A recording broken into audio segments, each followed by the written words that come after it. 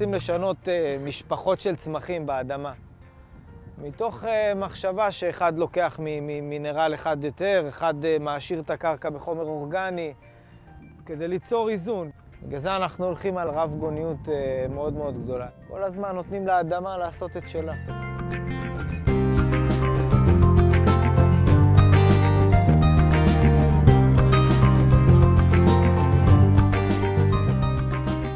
את כל המיתוסים ניפצנו.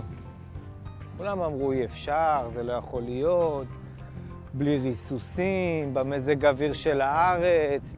ואני ראיתי את זה פה מהילדות שלי, יש פה חלקות, יש פה חקלאים, שראיתי איך האדמה הייתה מניבה המון, איך לאט לאט זה ירד וירד וירד וירד, עד שכלום, עד שזהו, עזבו והלכו. ופה, מה שקורה ב8 שנים האחרונות, זה ההפך.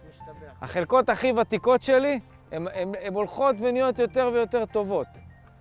זה מגיע לרמה שזה גם לא יאומן, אנחנו כבר היום זה כאילו נראה לנו מובן מאליו, בהתחלה לא היינו מאמינים. אתה שם שתיל, אתה לא נוגע בו והוא גודל מדהים.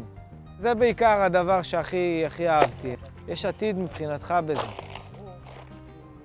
בכרוב ממש כלום. כלום, לא נגענו.